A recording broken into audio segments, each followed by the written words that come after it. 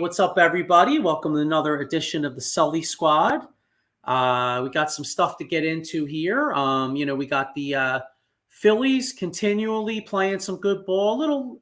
Little hiccup yesterday, Sean. But you know what, though? I mean, hey, out of 162, you're not going to win them all. You know what I'm saying? Absolutely.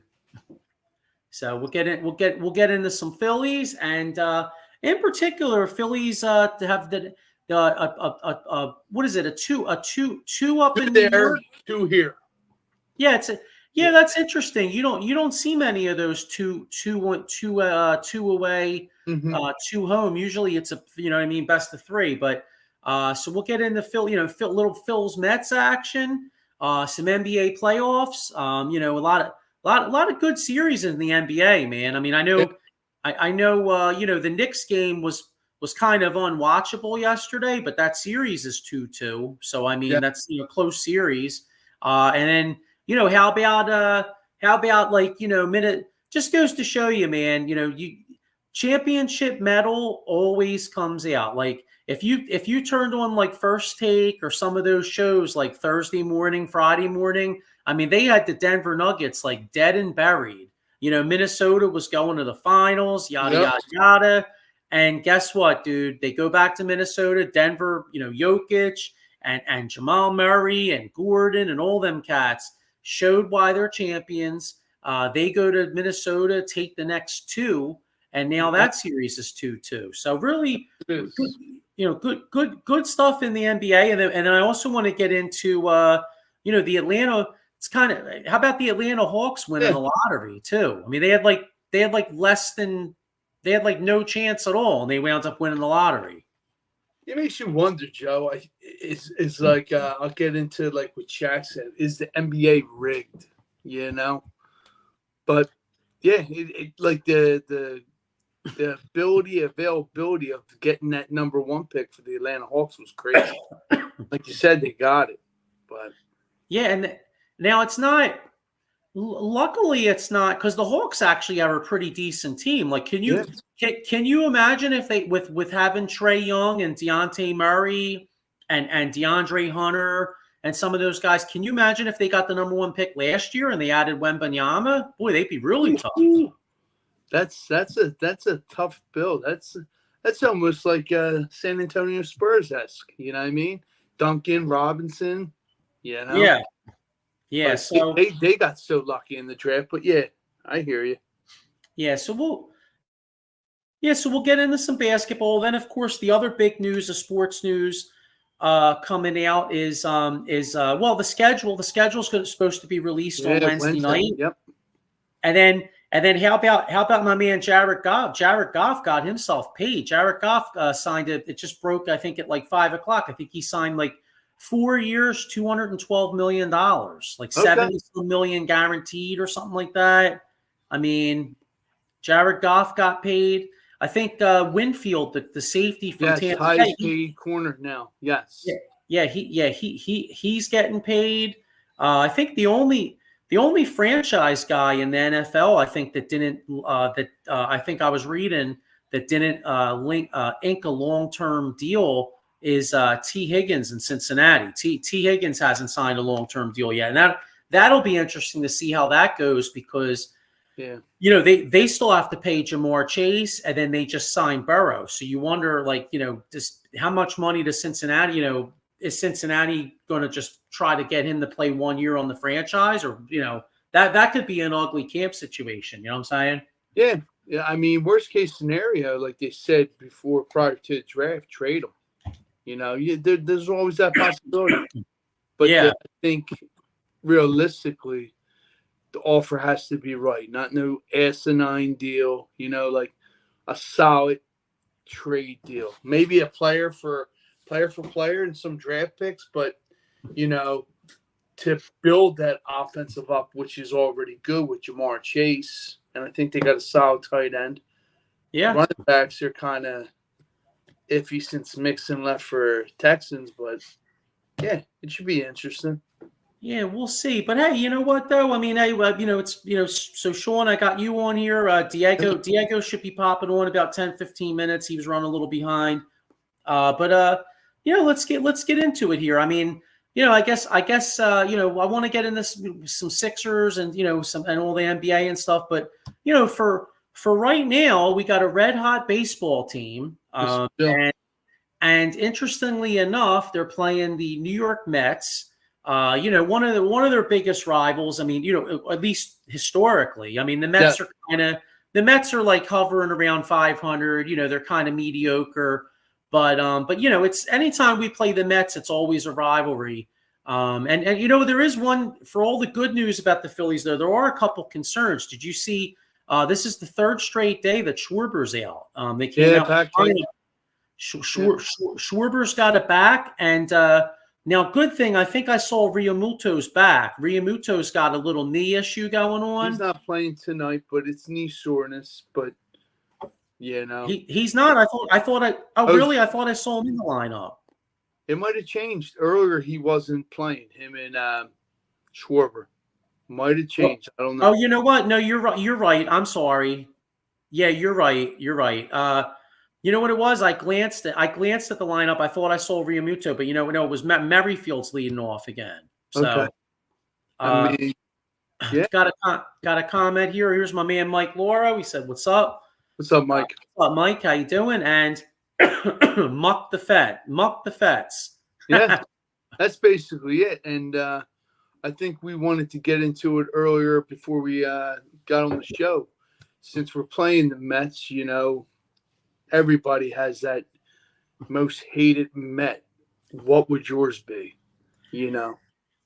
Okay, so you know, Sean, like you, I usually tend to lean towards the old school.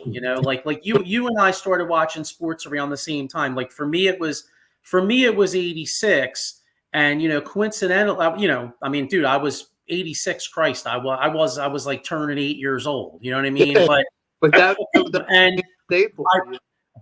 Ironically, that was the year the Mets won the World Series, and I was rooting for Boston I was rooting for the Red Sox in the World Series. So when the ball went through Buckner's legs, I was pissed because I hated the Mets. Yep. So like, but I have to be honest with you. Like, if I had to go old school, I would probably say Gary Carter, because Gary Carter, I think I was trying to look it up, but I think Gary Carter is one of the all-time leading visiting players for home runs at the Vet for visiting players. Gary Carter used to kill the Phillies, but I'm not going there. I'm actually not going old school because back then the Mets kicked our ass and we sucked. I'm going to the 07-08 era, and when both teams were good, and I'm going Jose Reyes. I couldn't fucking stand Jose Reyes, bro. I mean, that dude would get big hits against the Phillies. He would talk shit. He would sit there and could do one of these Johns where he's like looking, you know what I'm saying? And so I couldn't stand him. And the best part about the 07, 08, 09 era was that the Phillies got the best of the Mets. So it was great. So that dude talked shit and I couldn't stand him. But at the end of the day, the Phillies would win. And the greatest to this day, other than us winning the championships, obviously the Super Bowl, World Series, whatever. Yeah. My favorite newspaper cover was the back of the New York Post the day after the Phillies came back from 7 down with 17 to go. And it was Jimmy Rollins smiling because remember he predicted the division. Yeah. To this day, that's like one of my favorite newspaper back articles. Yeah. Because remember, headlines, yes. They talk shit on Jimmy Rollins all year that year because he came out, he put his balls on the table. And if you remember, Sean, not only did he put his balls on the table and pick them to win the division, he won the friggin' MVP that year. So Jay, you know what I'm saying? Like J-Roll put it where it was. He won the MVP in 07. Yeah. I mean, he talked the talk and walked the walk. Yeah, absolutely. I didn't mean to get long-winded on the answer, but Jose Reyes is my answer. How about you? I would have to say Howard Johnson. And like Mike Laurel said, as athletic as they were, it's Gooden and Strawberry. But for me, Darryl Strawberry, and it's funny. I I don't know if you remember this, Sean, but maybe you, but around a year ago, you know, our man Ken Fry, he does a great show called The Bat Cave. He's a Yeah. Mets fan, and you know, and you know, I do the old school every once in a while, and it's usually based on Philadelphia. But around a year ago at this time, I actually did an old school show with Ken, and we did it on the 1980s New York Mets, and we basically, you know, as much because listen, as much as I hate the Mets, I had to give them mad respect because in the decade of the 80s, you know, they sucked in they were Yeah. fucking terrible in the 70s, right? And we basically did a breakdown on how they built the team. You know, they drafted Strawberry #1. You know, they drafted Gooden. You know, and then I think around '84 they traded for Gary Carter. You know, they brought guys like Howard Johnson on, and how they built that team up through the '86 championship, and then conversely, like a few years, you know, and '88. A lot of people say they should have won in '88. They blew. That was they won like 101 games in 1988, and they lost to the Dodgers. The Dodgers found a way to beat them. That was like the Oral Hershiser year where he had like all those scoreless innings, and then the Kirk Gibson year. Remember Kirk Gibson where he hit that homer off Eckersley? He hit that ball half with his upper body. He even showed it this week on MLB Talk. Yeah, I mean, the Mets were good. Yeah. But unfortunately, we're going to kick their ass. Yeah. So, but anyway, I mean, yeah. So anybody out there, you know, even though, you know, obviously we're Philadelphia fans, most of the people watching this, but you know, if you want to watch a you know, a show about a rival, it's you know, we did it last year, but yeah. But anyway, yeah. So let's look at the game tonight. Christopher Sanchez up on the hill, you know, for us. And then you got Nola, and then you got Ranger Danger Suarez. Wait, what were you were breaking up, Sean? What was that? We have Christopher Sanchez tonight.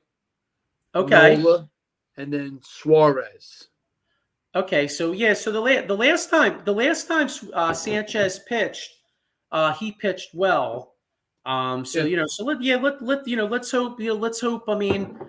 And you know, the one thing about the Mets, I mean, at least last year the Phillies played them tough. Last year the Phillies played them well, but you know, 2 years ago the Mets kind of kicked our ass. So we still owe them one. You know what I mean?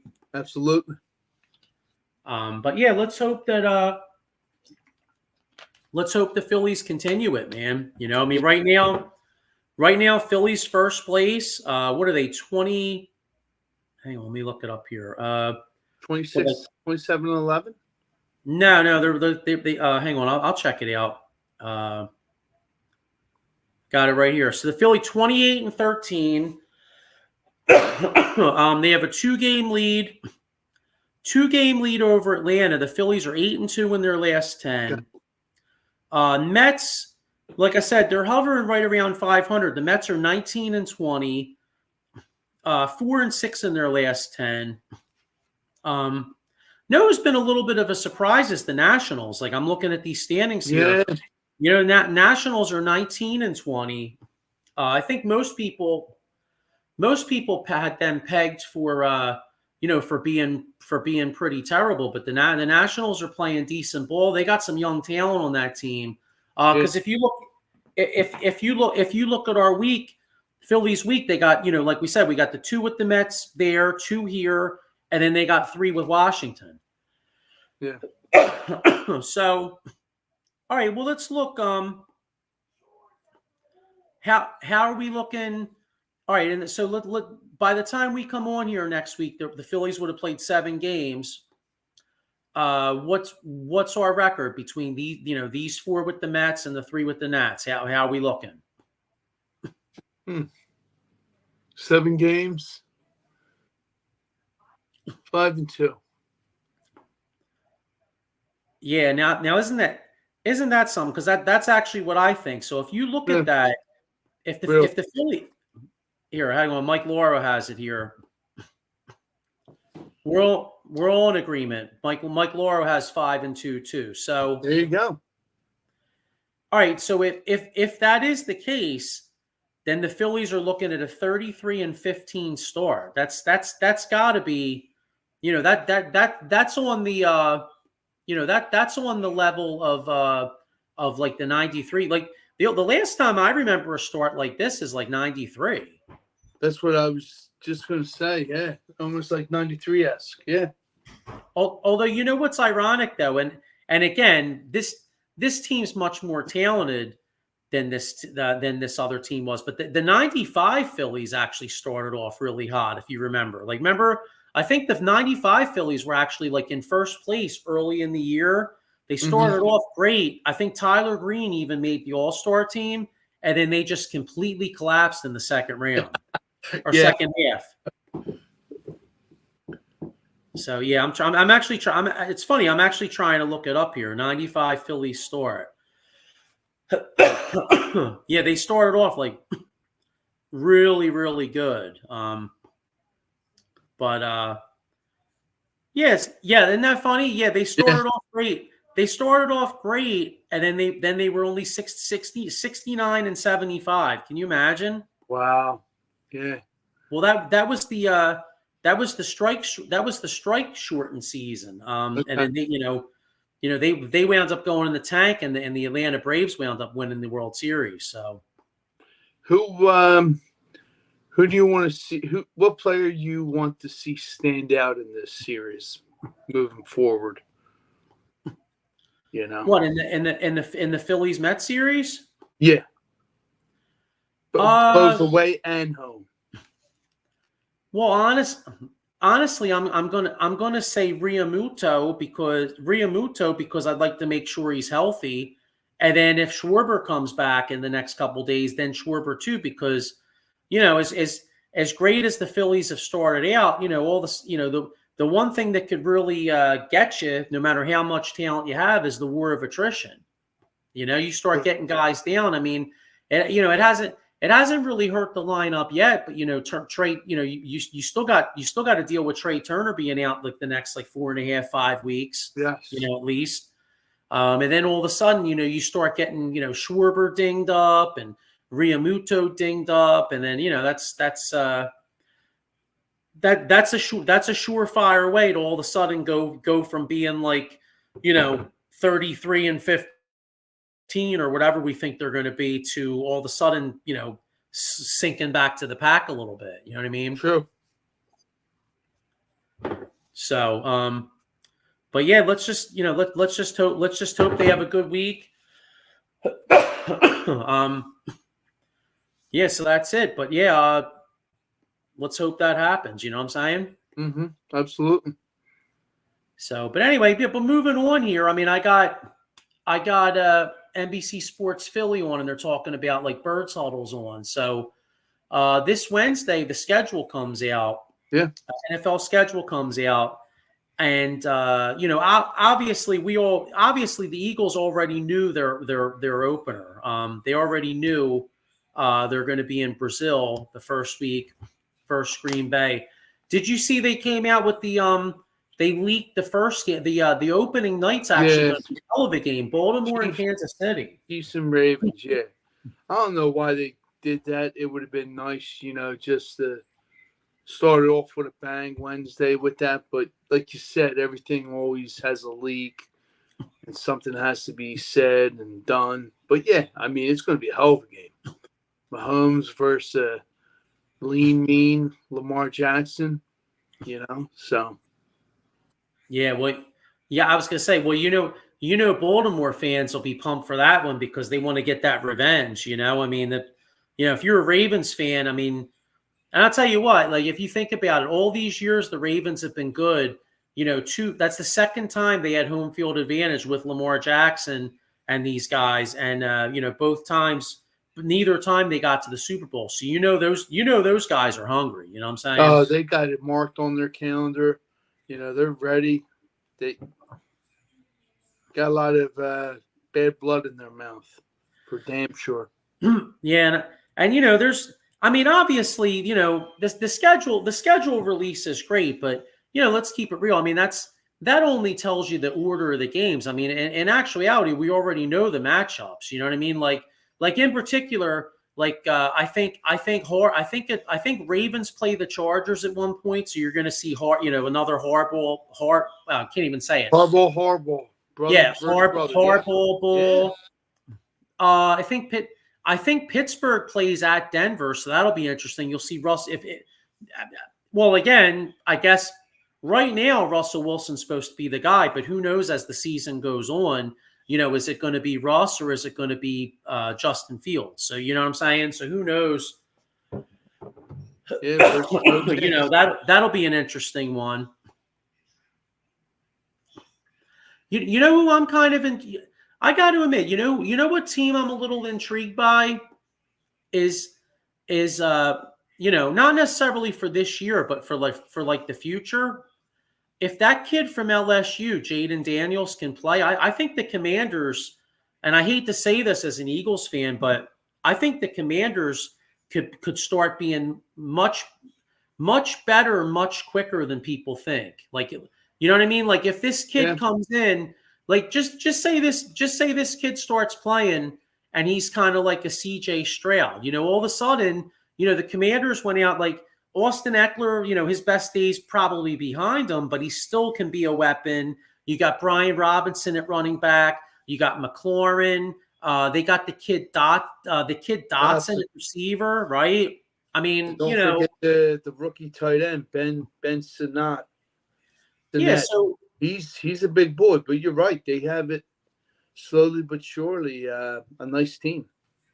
Here's got a comment here. Here's Kenny Fry. Let's go Mets. LOL.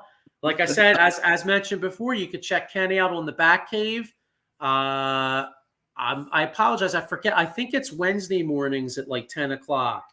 But he does a great job. And like I said before, we did a interesting old school show on them last year. So, but yeah, it's and sorry, Ken, but I can't say let's go Mets. I have a hard time. I was starting to stutter before I even could say it. You know what I mean, Sean?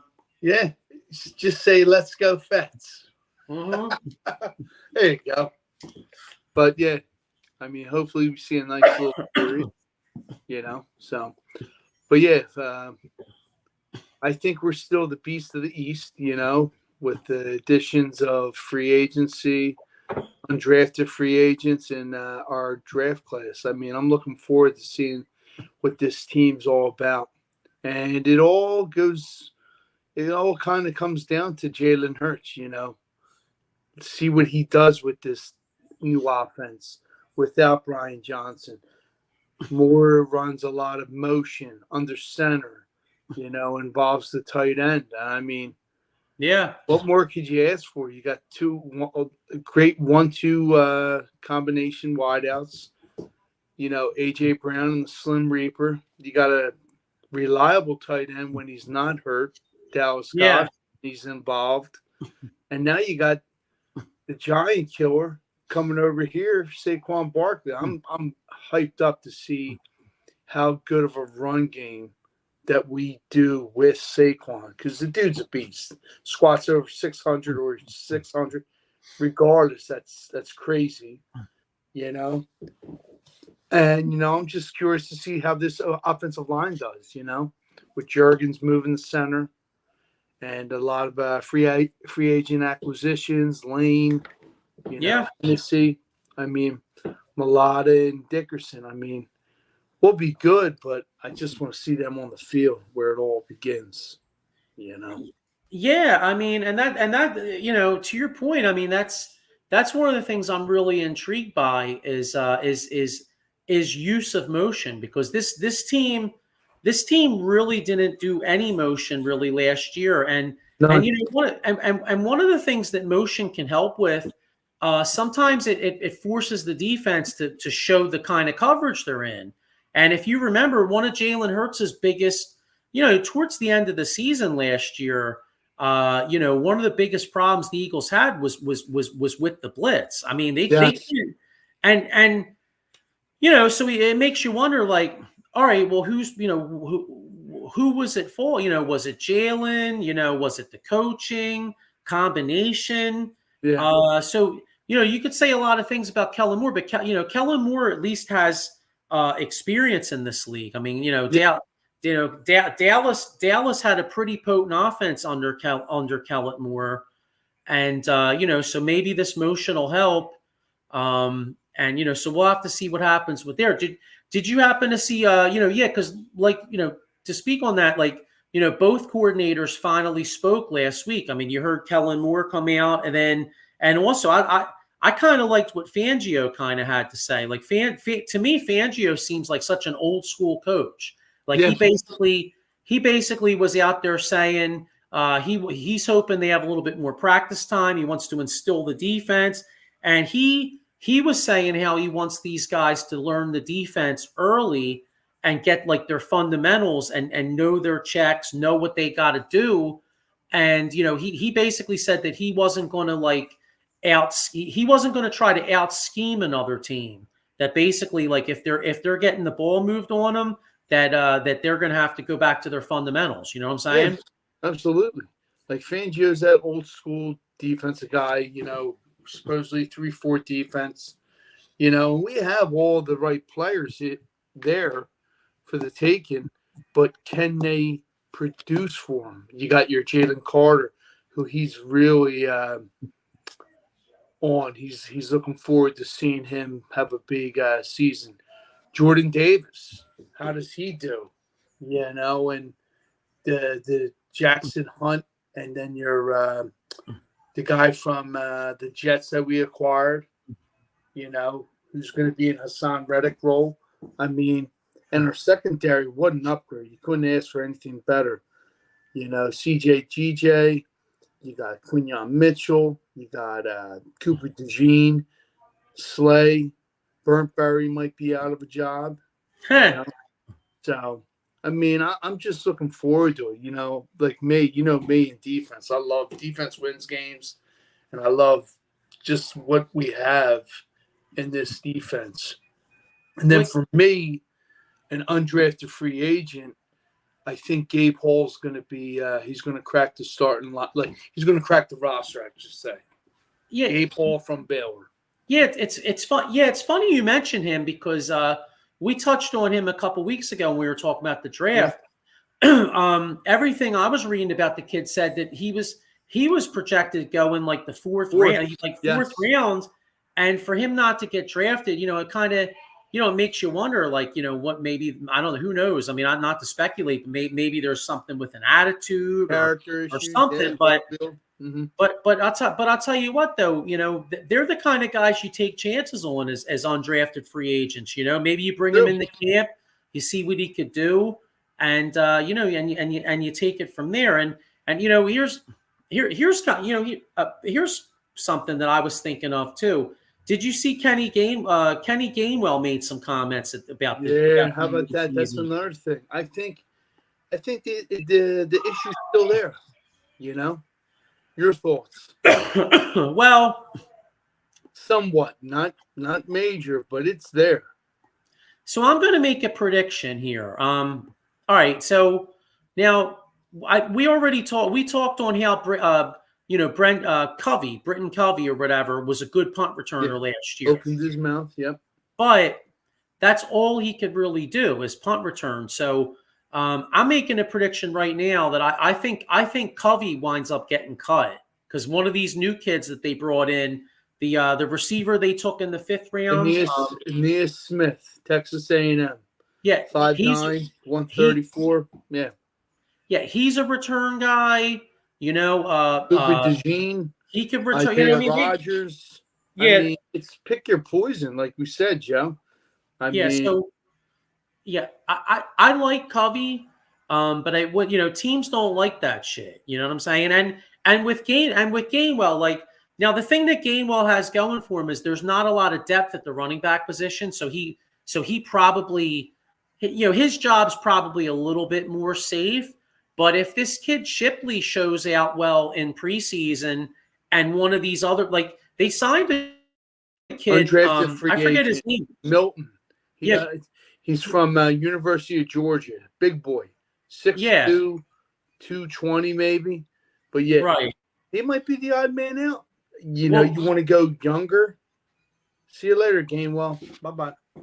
Well, they also signed a kid from San Francisco's practice squad too. Oh, yeah. Yes. That kid. So, I mean, we'll see what happens.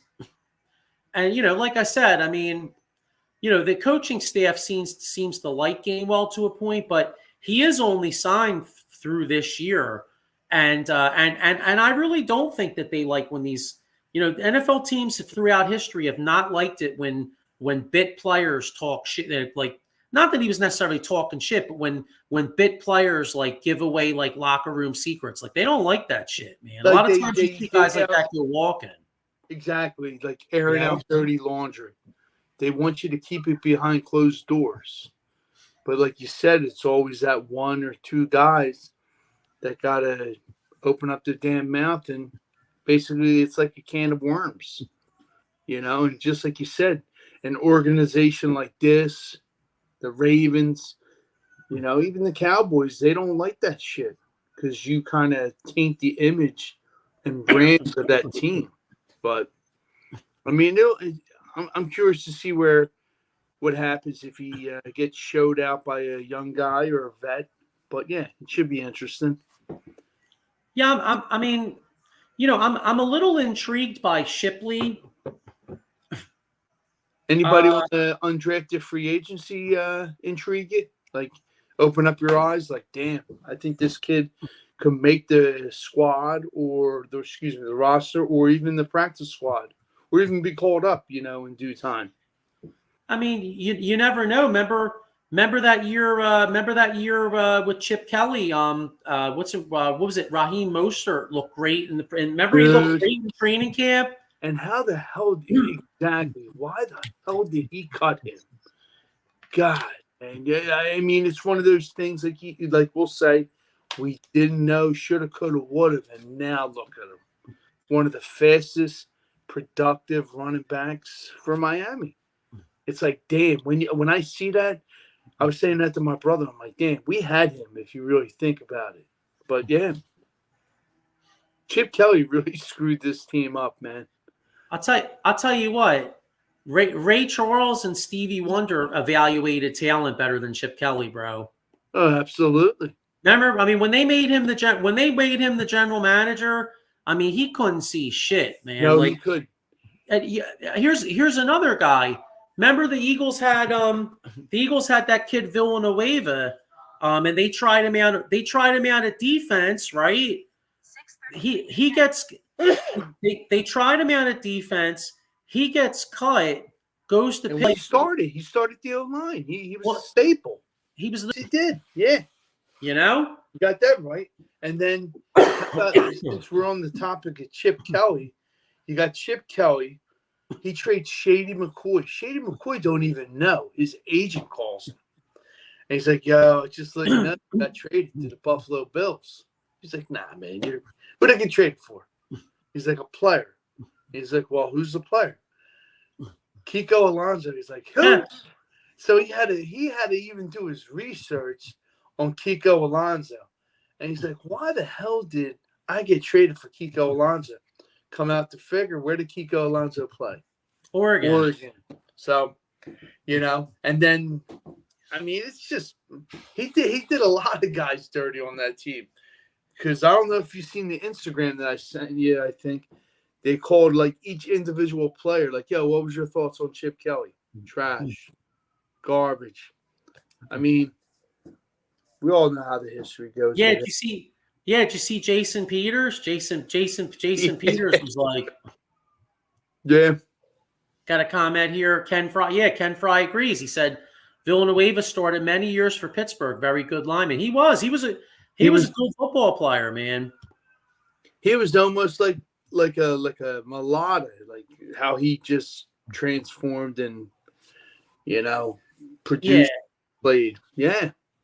Yeah, exactly. And he wasn't like you said. I mean, he wasn't quite on the level of mulatto, but he was very good, and he did make a Pro Bowl. So productive. Yeah, and to think that the Eagles had him here, and they didn't even think to try him at left tackle. You know what I mean? They just tried him on defense, and that was it. Yeah. But hey, you know what though? It is what it is. I mean, it's been established that Chip Kelly can't evaluate talent. You know what I mean? Yeah. And threw Howie in the janitor's closet. You know what's funny though? That when you really stop and think about it, like that, not to kiss Howie Roseman's ass too much, right? Don't do it. No, because listen, if he's watching, he's gonna like it. No, listen, Sean, because Sean, like, Howie's made his mistakes. I mean, as obviously as we know, the Justin Jefferson, we can rehash a lot of bad draft picks. We all know that. But the bottom line is just think about this for half a second. I am. 10 years ago, it's 2024. So you figure the 10 years ago, Howie was banished to counting jock straps. You think about it. Howie gets banished to counting jock straps, right? And handing out M&Ms and like slapping dudes on the ass with towels, right? And then 3 years later, or 2 years later, I guess it was 2015, he's GM of the year, wins the Super Bowl. Then the Eagles are kind of successful. They make the playoffs a few more years. Yeah. And think about it. He screws up with Jalen Reagor was like one of the all-time worst picks ever. But Sean, but the very next pick he takes Jalen Hurts. It might be the best pick he ever made. You're right.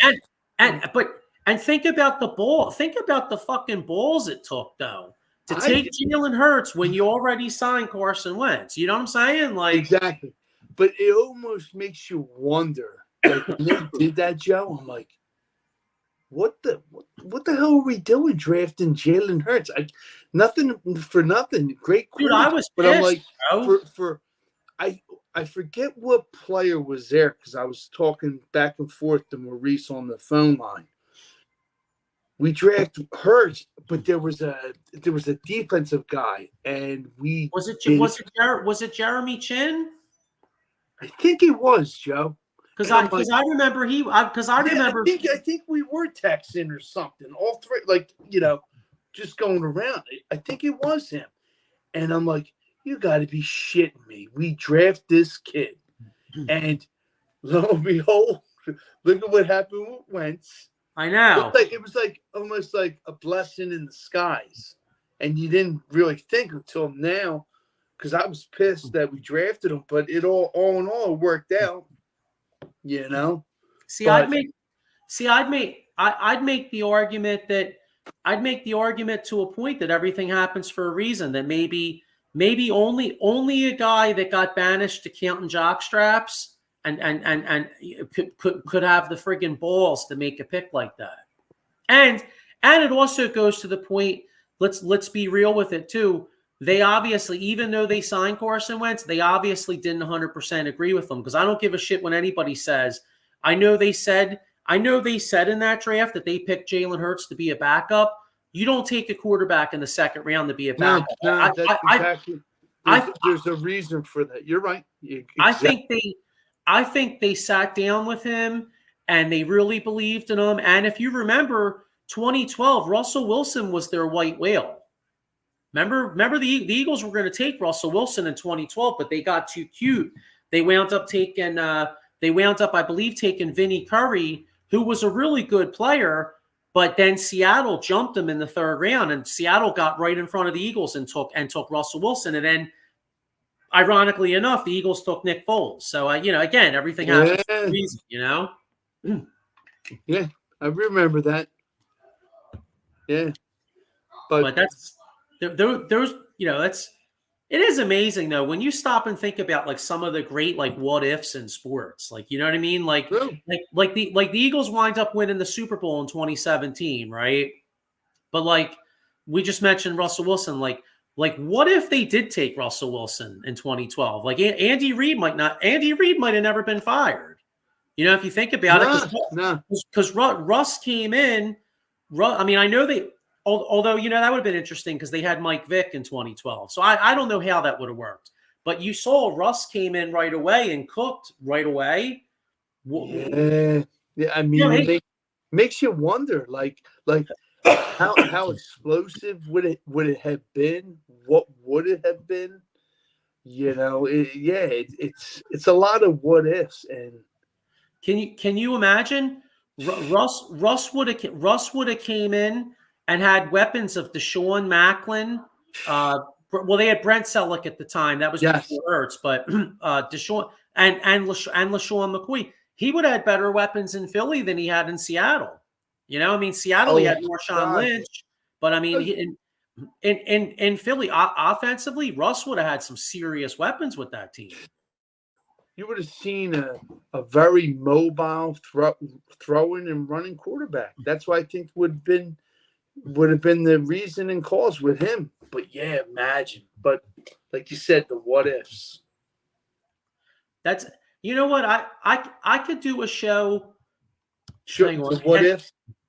Yeah, I want to do a show maybe in the summertime. Ken Fry says, was the defense good back then? Not really, because we were coming off the. I mean, in 2012 they took Fletcher Cox in the first round. Yeah, they took Kendricks in the second round. Yeah, defense was a little weak. You had Nnamdi Asomugha they were saddled with, and he sucked. And I know Ken's a Raiders guy, so Asomugha was really good with them. And as soon as he came to Philly, I mean, he forgot to play football, man. Like he was trash, dude. Yeah. No, what's fucked up though? I remember that night. Do you remember the night they signed Asomugha? It was a Friday night, and I got home from work and it said the Eagles got Asomugha, and we were going nuts. And then, dude, bro, 2 hours later, the Phillies traded for Hunter Pence. You remember that? It was the same night. It was crazy, dude. And I remember I was at this bar. I was with my boy Mark Weathers. We went out for happy hour, and I was at this bar in Doylestown. I can't remember the name of it. It was great. It used to have it was like an old head spot. Bobby Simone's. It was called Bobby Simone's. Right? They used to play like this old school music. It was like, you know, like 70s, 80s type shit. Yes. And it was awesome. And I remember being in there, and it was like, yeah, Eagles got Asomugha. And then like I high-fived this dude, like this total stranger dude. And I'm like, bro, we just got Hunter Pence. And we're like, shit, we won in the World Series and the Super Bowl. And then, dude, we didn't win shit. You know what I mean? But like, ain't it funny? Like how, you know what I mean? Like how things happen. Yeah. Yeah. Got another comment here. Ken Fry says, only win the Raiders got that year was trading him to the Eagles. Yeah. Yeah. The Raiders had some problems back then. And I think that was right around the time old man Al Davis. I think Al Davis died like 2010, 2011, something like that. Yeah. Yeah. The game, Al Davis was so great, was such a great owner for so many years, but at the end, I mean, they had to like lock him in the, you know, they had to put Pop in the garage. You know what I'm saying? Because like they would make draft picks just based on 40 times. Like, dude, remember Darius Haywood Bay? Yes, I mean, yeah, he runs under a 40, like under a 4 or like above 4.3. Yeah. I know. 4.5, sign him. Oh yeah, we can't get him. We can't sign him. Nah, but yeah, you're right. Yeah, that era Raiders football jumped the shark right after Gruden. Like right after, you know, they had a nice run with Gruden. They got Rich Gannon. Rich Gannon had a couple nice years, and then they were just fucked. You know. Yeah. So, but yeah, it'll be interesting, and you know, I mean, shit, dude, I could do a what if. I could do like a whole show on what ifs. You know what I mean? Like I'd like to do that in the summer. Like basically, like, so, you know, because let's keep it real. I mean, dude, there's only so much Eagles training camp you could talk about. There's only, you know, the Phillies are great, and you know, and baseball is great, but like, I mean, I we're kind of in a holding pattern until October. You know what I mean? So I wouldn't mind doing a what if show. I would do like a what if, like if we're down with it, like baseball and football. Like my biggest thing, I think we talked about this before. One of my favorite two-way athletes, Bo Jackson. What if he never hurt his hip? And Oh, I that know. Monday night with the Raiders, and just watching a two-star athlete play for the Royals and Chicago White Sox and the Raiders. I mean, he just was he was a human highlight reel, just like Barry Sanders. But yeah, the what Remember? if with Yeah, him. remember that Monday night when he went against the Boz and he ran his ass over and then he ran through the tunnel at the Seahawks. Yeah, he trucked him. Yeah. Hey, I'll tell you one thing because I want to get in a little bit NBA playoffs before we get out of here. But we're talking about what ifs. Well, I'll tell you what. If you get hurt, all right, and hopefully you don't out there. But if you do, make sure you call my man, Attorney Big Al, Jason, aka. Well, actually, I fucked that up. Jason Fine, aka Attorney Big Al. Motor vehicle accident, slip and fall, or workers' compensation, or personal injury claim.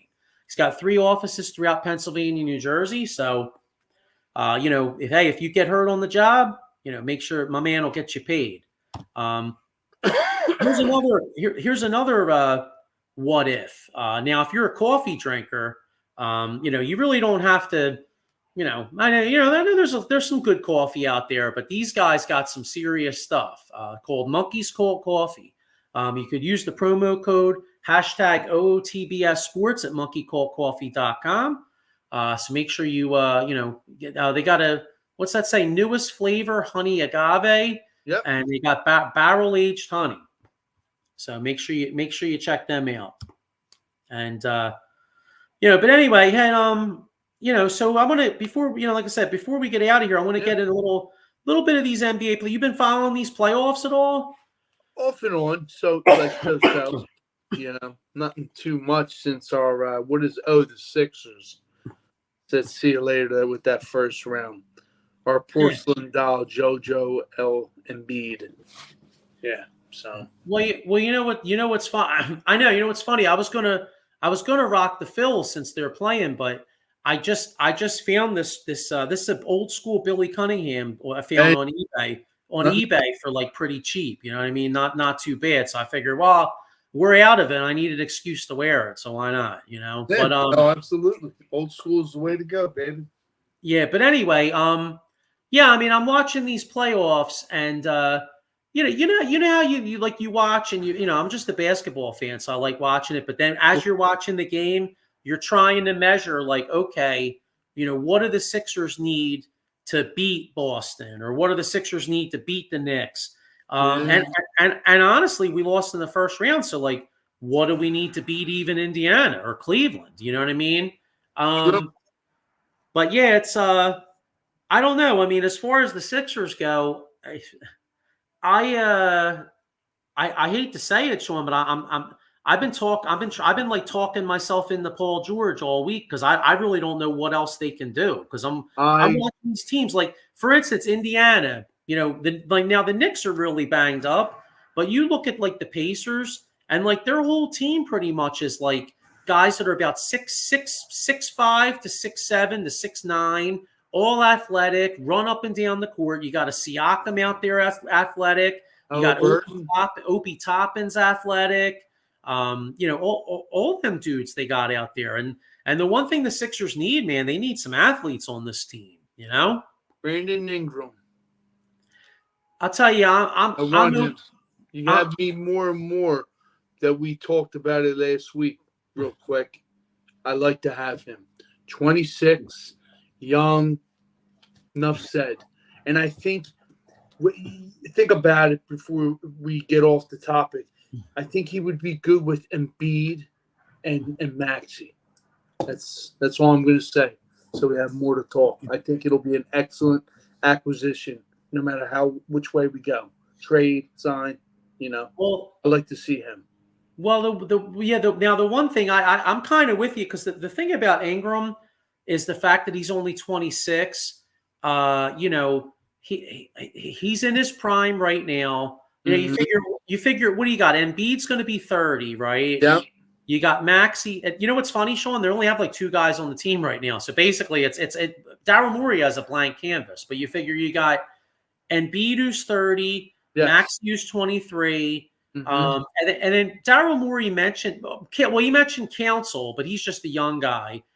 He mentioned Paul Reed, but I got to tell you, I mean, see you later. I want him gone.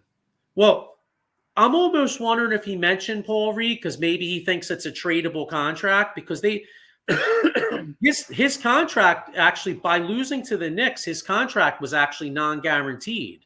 So, like to me, like we need to upgrade that backup center position. So to me, unless I'm moving Paul Reed and his like $7-8 million for something, I'd be trying to get out of that contract. I would like to see Andre Drummond. Yeah. No matter how way, you got to try to bring him back. Yeah, or maybe we need rebounding guys. We got out rebounded, Joe. You said it yourself. It was sad. It was pathetic. Defensively. Maybe a Valanciunas. Now I know Valanciunas has started for a long time, and he started for New Orleans, but with the way the NBA is going, maybe a guy like Valanciunas at this point in his career, maybe he could be a backup. Maybe if he doesn't get a big contract somewhere, maybe you could sell him on being a backup because let's face it, you come here to be a backup center. Odds are Embiid. What do you think Embiid plays? Maybe 55, 60 games at the most. Yeah. Okay, yeah. So if you come here as a backup center, at least you're going to get like 20 some starts. You know what I mean? So maybe just say hypothetically, Valanciunas doesn't get a big contract offer. Maybe he comes to back up and then plays with a Maxey and some of these guys and puts up decent numbers for 20 some games and then tries to make a playoff run. You know what I mean? True. Who's the Australian dude that played? He played for OKC. Steve something. Steven Adams. I like to see him. I like his grittiness, a little toughness, but who knows? Yeah, but I don't know what his contract situation is, though. Yeah, I just threw that name out. The reason why I say that is to kind of be like that instigator, the guy that gets shit done. Little firecracker, but yeah. Yeah, I mean, we'll see. It's that the one thing. This will be the first off season where Morey's had a chance to cook. Because he was saddled with Tobias Harris's contract. Yeah. He first came in. He was saddled with Al Horford's contract. You know what I mean? So,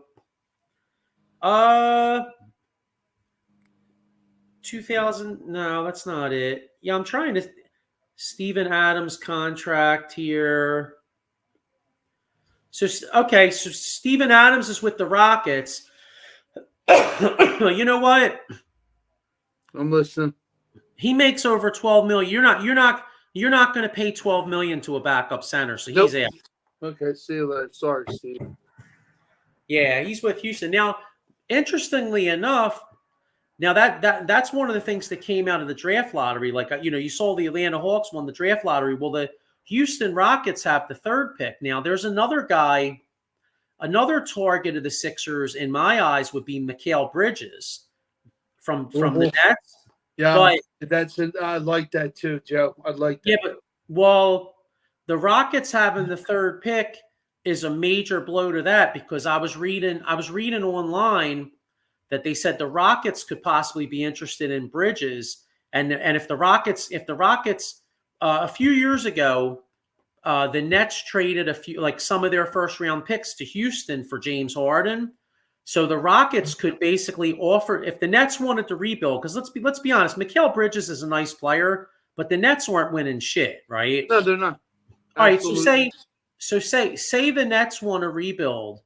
Instead of paying Bridges, the Nets could trade Bridges for like a couple expiring contracts. Like for instance, the Steven Adams, the Rockets could theoretically trade a guy. You know what I mean? Like they could package that $12 million on an expiring deal, Yeah, along with something else to add up the salaries. The number 3 pick overall, they could give the Nets their first round picks back, and then the Nets could start a rebuild. And the one thing about that is, being in Brooklyn, you saw a few years ago when KD and when Durant and Kyrie Irving signed with Brooklyn, they can get free agents. So if I'm the Nets, that's something I would consider. And it's kind of bums me out as a Sixers fan because I was hoping maybe the Sixers could go after Mikal Bridges. But if Houston wants to make an offer for him, they got a lot more to offer right now than we got. yeah. We're kind of screwed. Yeah, sucks. which is why I find myself I'm talking, like I was telling you, I'm kind of talking myself into Paul George or maybe a Brandon Ingram if that would work. But the problem with Brandon Ingram is there's going to be a lot of teams out there looking for a guy like Brandon Ingram. Cleveland likes him. Yeah, I forget that it's us, Cleveland, I believe Atlanta. He's been on 2 shit teams. I think we said that before. And coming here, you have kind of a winning pedigree. You know what I mean? You're playing with the 1-2 punch, 2 of the top tier guys in the NBA, if not. Yeah. So that would be the smart choice, like you said, Joe. But yeah. So let's hope. I mean, the worst case scenario for the Sixers is to have all this money and then have nobody to give it to, because then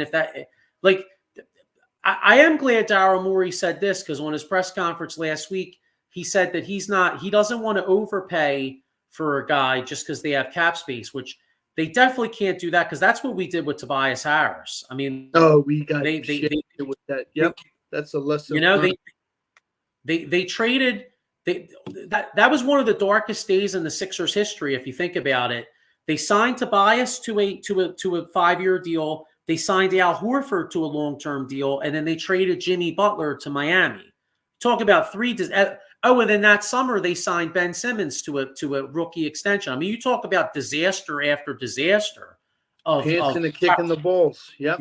So now there are some other guys I wouldn't mind getting that aren't max guys. Like, all right, for instance, say the Sixers could make a trade for Brandon Ingram. There's a guy like Malik Monk out there. Like I wouldn't mind bringing a Malik Monk to come off the bench, something like that. And I'd like to keep Kelly Oubre. I'm hoping maybe they keep Oubre. I'd like to keep our bench players. Who stays, who goes. I want Cam. Campaign.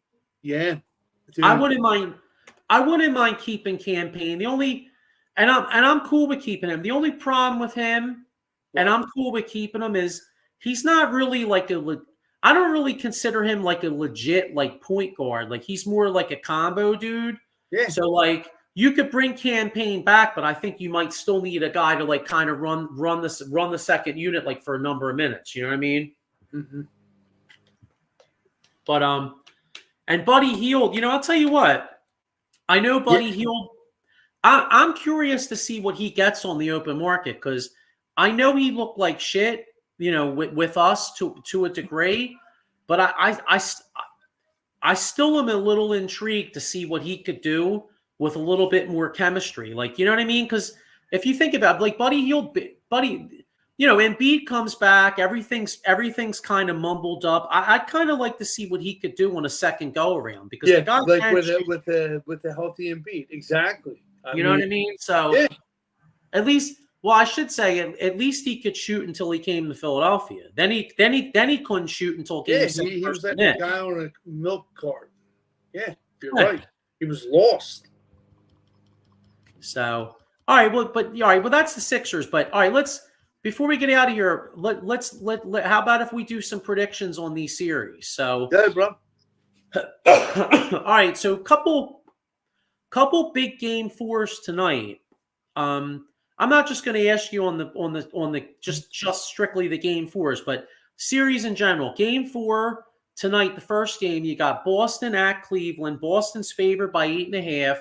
Boston's up 2-1. How's that series going? Is Cleveland going to take another game or two and scare them, or is Boston win the next 2 and put them out? Boston's going to win because somebody's out of that game for Cleveland. I just seen, and I think it's Donovan Mitchell. Oh, I didn't see it. Well, if he's out, then fuck it, they're totally gone. Yeah, I believe so. Okay. All right, and how about the other series? The other game later tonight's actually a really good matchup. You got OKC at Dallas. Dallas is up 2-1. Dallas. You like Dallas? I just like the chemistry of Irvin and Kyrie. Luka and Kyrie. And then there's they got a lot of players that play better when they're on their game. Yeah. So I'll take Dallas. Okay, so now is that just for tonight, or you like Dallas in the series and Boston in the series? Yeah, both of them. I like. Okay. Yes. All right, and then fast forward to tomorrow night. Tomorrow night you got a pivotal game 5 in New York, Indiana at New York. Pivotal game 5. That series is 2-2. The Knicks just looks totally beat up, man. They look like they're on their, they're really, the war of attrition is catching up to them. And then you got Minnesota at Denver. Minnesota looked like world beaters the first 2 games. Denver came back, showed the championship medal. Who do you like in those series going forward? I hate to say it, I like to see an upset Minnesota taking out Denver and what's the name? Indiana, baby. Screw you, Knicks. All right, yeah. So that's I'm kind of right there with you. I think Cleveland shot their load in game 2. I think Boston wins the next 2, beats them in 5. The other game tonight, the Dallas OKC. I think OKC wins tonight. I think that series is going 7. Honestly, I think OKC wins tonight. That goes 2-2. And I like Dallas. I like Dallas because of their 2 stars, even though it's in OKC. I like Luka and Kyrie coming up big in a game 7. So I like Dallas to upset Oklahoma City. So I have both those teams moving on. Tomorrow night, I know the Knicks have shown a lot of grit and all, but Brunson looks really banged up. All these guys look banged up. I think Indiana actually wins the next 2. That line, and the other thing, that line for tomorrow night, so the Knicks are -2.5, and I think it's like they're like -1. They're not big favorites. They're like -130 something on the money line or whatever. So like to me, that kind of tells me like I feel like that's telling me Indiana. And then the game tomorrow night, Minnesota at Denver. I think Minnesota's defense was unreal the first 2 games, but I think Denver's found a way to attack them, and I think Denver wins the next 2. I think it's going to be so. I'll tell you, moving forward, you'd have Indiana, Boston, Eastern Conference Finals. I'm not really liking that. I think Boston wins that in 5. But I'll tell you, Dallas, Denver, Western Conference Finals could be. I think Denver wins, but that could be highly entertaining, though. That could be some good basketball. Oh, absolutely, damn right. But hey, here's the hoping that Daryl Morey can make some moves to put the Sixers in this position next year, and here's the hoping that Joel Embiid could actually be healthy for once. Might have to get nice, vacation. Yeah, relax, and refresh and regroup. Yeah, but anyway, yeah, man. So that's our picks. I guess I guess we'll get ready to wrap on up here. It's been real. By the time we talk next week, hopefully the Phillies are at worst 5-2. I mean, shit, if we're gonna hope for something, let's hope for 7-0. You know what I mean? But hopefully at worst 5-2, and then we'll see what happens in these NBA games. And next week, hopefully we'll have a guest on to talk about the NFL schedule. Yep. We'll break down, Eagles schedule and some of the big NFL games in general. I mean, hey, let's keep it real. I mean, we're Eagles fans, but I love the league in general. So I mean, just talking about some of the big matchups and when they are will be kind of cool, and it'll be cool too because next week, we could kind of plot and see if there's any road games we want to go to, when they are, and start making plans to go. True. And before we go, I didn't pick my Phillies player. I'm going to say Brandon Marsh. Okay. All right. Well, let's go Brandon Marsh. Yeah, man. So. All right. Well, listen, we'll be back next week. Sean, have a good one, bro. And go Phils. Go Phils. See ya. Later.